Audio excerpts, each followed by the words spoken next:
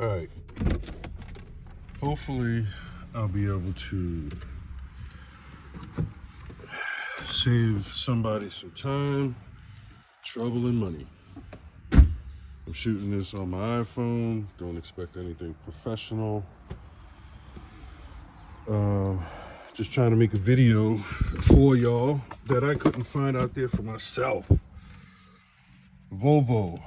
This is a 13 Volvo XC60. I do not know the years that this information, the range of years this information would help you out with.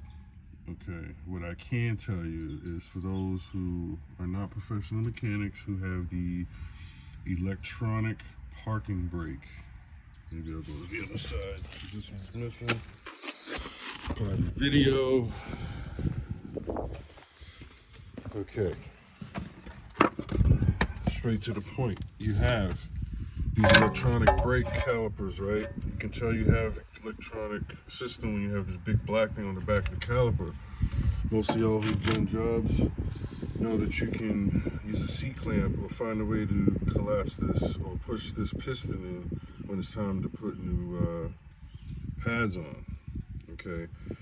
Now, these XC60s or a lot of these modern cars with the electronic brake, parking brake, you have to buy one of them computers and set it to service mode to get this thing, because there's a screw in here, to get this thing to collapse.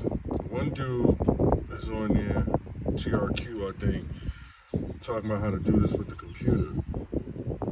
He failed to mention that when you put it in service mode, because I went out and bought the damn computer, when you put it in service mode, that screw pulls back in, then you can collapse this. You have to push that in by hand. It doesn't just suck it in on its own.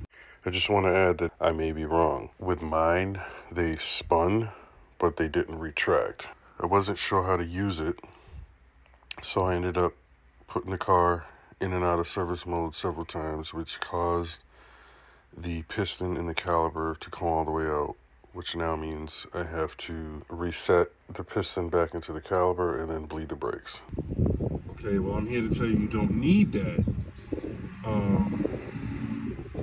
that computer. Okay, there's a 2-pin clip, clips into there.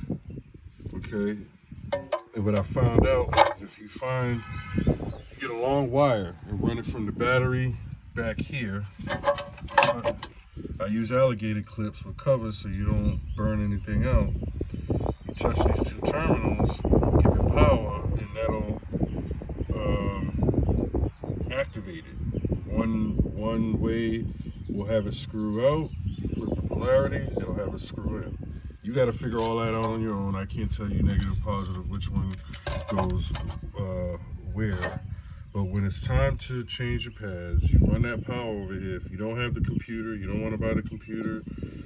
It's a $500 tablet. Professional mechanics use $500 to $2,000. Come over here, unplug this, and you run power here to the two terminals I just showed you. And depending on the polarity, it'll spin that screw either clockwise or counterclockwise, which way you see. There's a screw inside this piston head. It'll either spin it in or out.